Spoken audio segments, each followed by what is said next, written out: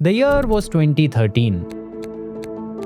And India's largest fashion e-commerce company had almost gone bankrupt. 2013 turned out to be a pretty bad year. Despite doing everything well, no investor would touch us in 2013. We're going to hit the payroll in just 7-8 days and no money left in the bank. And as Mukesh Bansal and the team tried to solve this issue, they were hit by another big blow. The world's largest e-commerce company decided to enter India. And the e-commerce battle in India, which up until then was between Flipkart and Myntra, now became between Flipkart and Amazon. Also, the big investors like Tiger Global and Accel left Myntra's side to support Flipkart in this battle. As a result, Myntra suddenly had an existential crisis. But over the next few months, Mukesh Bansal turned the tables for his company. He first convinced Tiger Global to give him a $5 million loan to save his company. And then he made one of the most legendary deals in India's startup ecosystem, which was to merge with Flipkart. Together, they would take on Amazon. This is the story of Myntra, its early days of competing with dozens of competitors, then its partnership with Flipkart, and now a potential IPO, coming up right after this.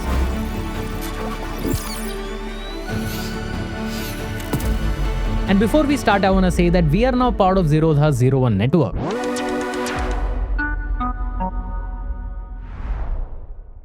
And now let's get into the episode.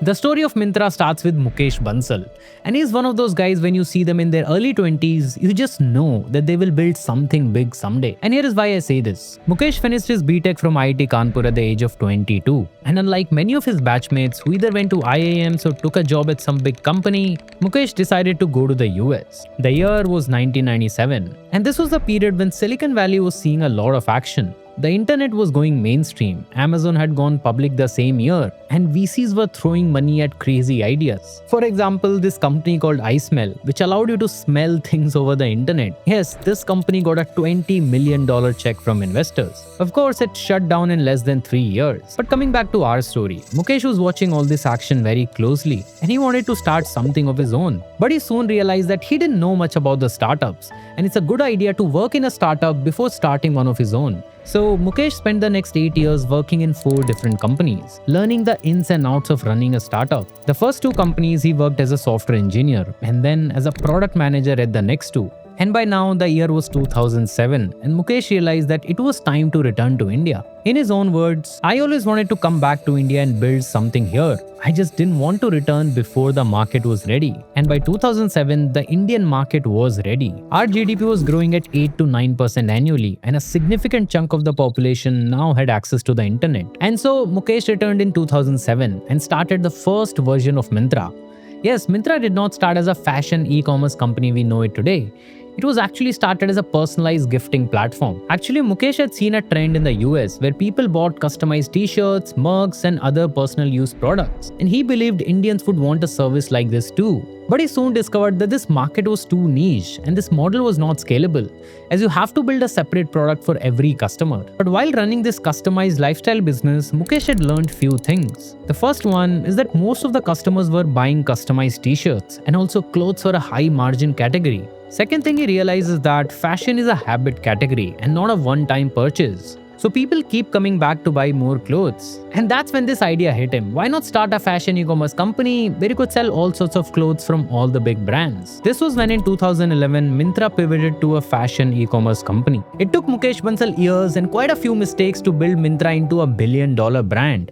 But what if you could learn from those mistakes now, instead of making them in your own journey? That's what Scalar School of Business is trying to solve. Not through theory or case study slides, but by actually learning from industry leaders who have built big companies. It reminds me a lot of how ISB started back in the early 2000s, focused on real industry learning and not just following the old MBA curriculum. And now Scalar School of Business is offering something similar, an 18-month full-time MBA equivalent program in management and technology, and it's based in Bangalore. And this program is taught by IIM faculty and operators from companies like Myntra, McKinsey, Colgate, and many more. At SSB, students work on real-world company projects. For example, in the ongoing cohort, students are building a go-to-market strategy for Moko Baram and pitching it directly to the CEO. And while it's a new program, the brand Scalar has been around for over a decade. They have 1,200 plus placement partners and a 25 lakh rupees median CTC in their online programs. And this is verified by B2K Analytics. The first cohort at SSB brought together 55 students from top institutions like IITs, IIITs, and NITs with an average work experience of 2.8 2.8 years. And these people came from leading companies such as EY, Uber, Deloitte, KPMG, and Lufthansa. And now Scalar School of Business is handpicking 60 students for its second cohort. The admissions are now open and you can receive scholarships of up to 100%. So if this sounds exciting to you, check out this program by clicking on the link in the description and the pinned comment.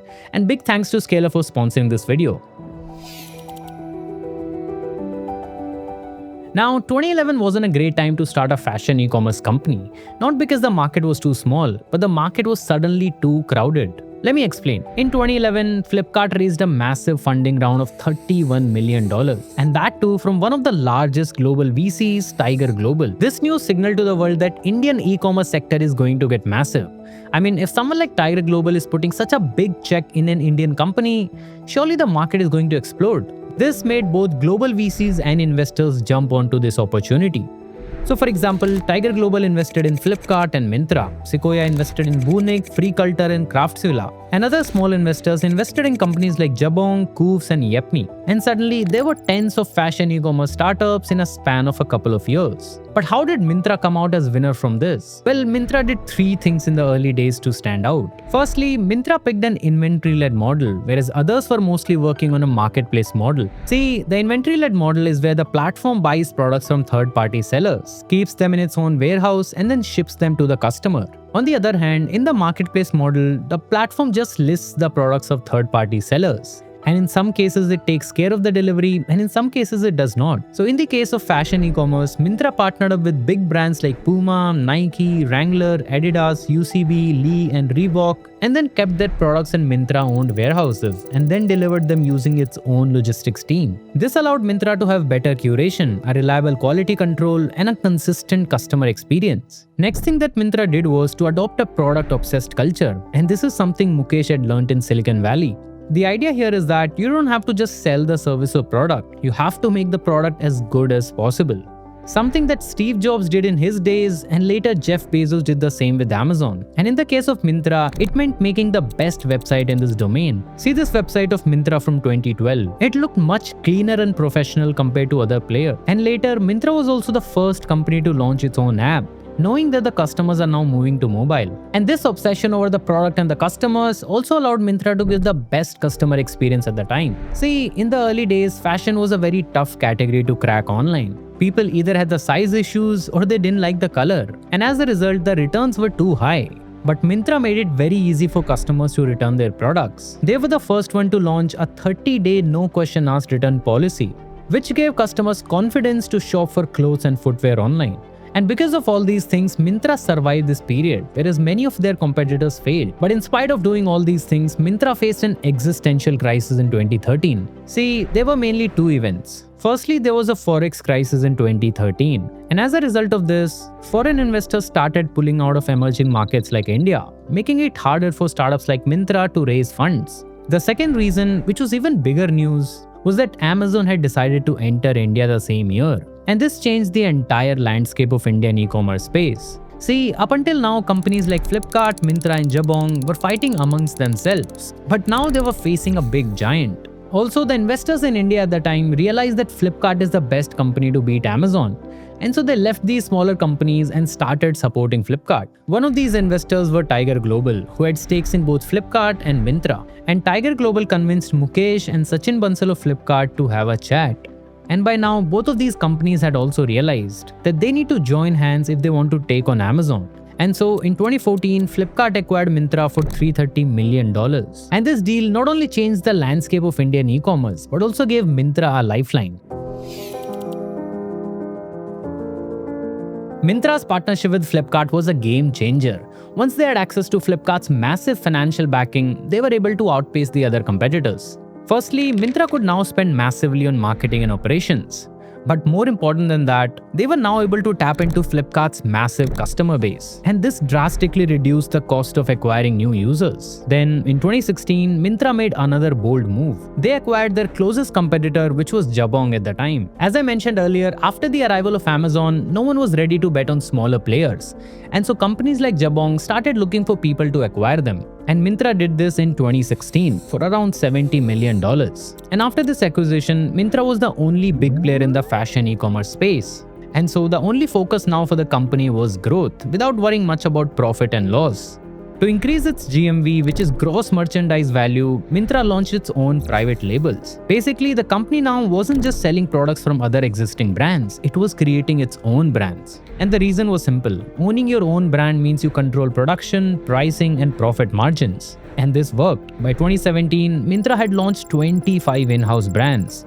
And these made up around 40% of its total GMV. And if you look at Myntra's financial numbers at the time, things looked great. Their revenue was 773 crore rupees in FY15, which was the year they were acquired by Flipkart. This increased to 1069 crore rupees in FY16 and 2038 crore rupees in FY17. This went down almost 80% in FY18 due to acquisition of Jabong and change in FDI rules. But the company quickly rebounded from this, and by FY20, the revenue had reached 4262 crore rupees. But there was a problem. Myntra's sole focus on revenue growth also resulted in heavy losses. So while its revenue increased every year, so did its losses, which reached almost 874 crore rupees in FY20. Also by now, Walmart had acquired Flipkart. And so there were clear instructions to Myntra that it has to move towards profitability and stop taking money from Flipkart. And that's when around 2020, Myntra set on a new path. It changed its business model, its partnership with brands, and everything else it can do to finally reach a sustainable growth. The first thing Myntra did was to slowly move away from curated marketplace to an open platform. See, earlier a big focus of Myntra was to launch its private label brands. And although it was good to increase margins, it wasn't the right long-term strategy. Having a lot of private label brands increased the fixed costs for the company. And there was always risks of demand, working capital, and all the other business risks that come with having an apparel brand. And Myntra realized that they can make a better business by having a leaner model, by inviting more third-party sellers to its platform and then charging money from them on things like advertising, logistics, platform fee, etc. It's like that famous quote that during a gold rush, person who sells shovels always makes money. And Myntra did this perfectly during COVID. When there was a slowdown in the fashion market, many brands, both established and small D2C, struggled to maintain growth, and they gave money to Myntra to increase visibility. This is the revenue Myntra has made from advertising alone in the last 4 years. From just 195 crore rupees in FY21, it has increased almost 4 times to 712 crore rupees in FY24. Next thing Myntra focused on is to increase the logistical revenue. Unlike advertising, logistic is something that all brands, especially the smaller ones, need,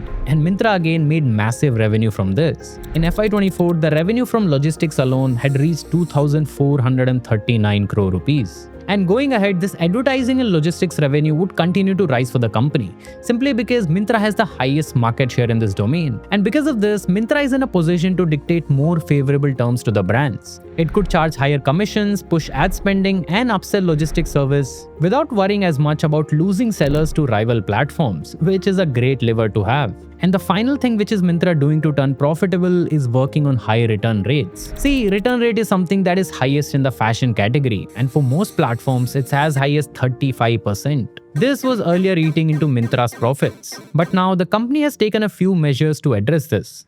Firstly, it has introduced something called platform fee, which earlier was in the range of 49 to 149 depending on the size of the order, but now this is reduced to a flat fee of 20 rupees. Then there is a shipping fee, which is higher for people who frequently return items and is lower for people with low return rate. And finally, Myntra has tightened its return policies. Return windows for some brands has shrunk from 30 days to 7 or even 3 days. And this shift has dropped Myntra's logistics costs from 2,060 crore rupees in FY23 to 1,877 crore rupees in FY24. And now that Myntra is moving towards same day or next day deliveries, it is something that is discouraging customers from cancelling orders mid-delivery because they don't get much time rethinking the purchase. And because of all these reasons, Myntra became profitable in financial year 2024, which is a crazy turnaround from a loss of 782 crore rupees just the year before. Going ahead, Myntra is in a very comfortable position. It is profitable and has more than 50% market share in India's fashion e-commerce space. And according to sources, the company is planning its own IPO, which will be separate from Flipkart. Now, the timeline for this is not clear, but most probably it will happen after Flipkart's IPO in 2026. In the end, I want to hear from you. What has been your biggest takeaway from this case study? Let me know in the comments. And as always, thanks for watching, and I'll see you in the next one.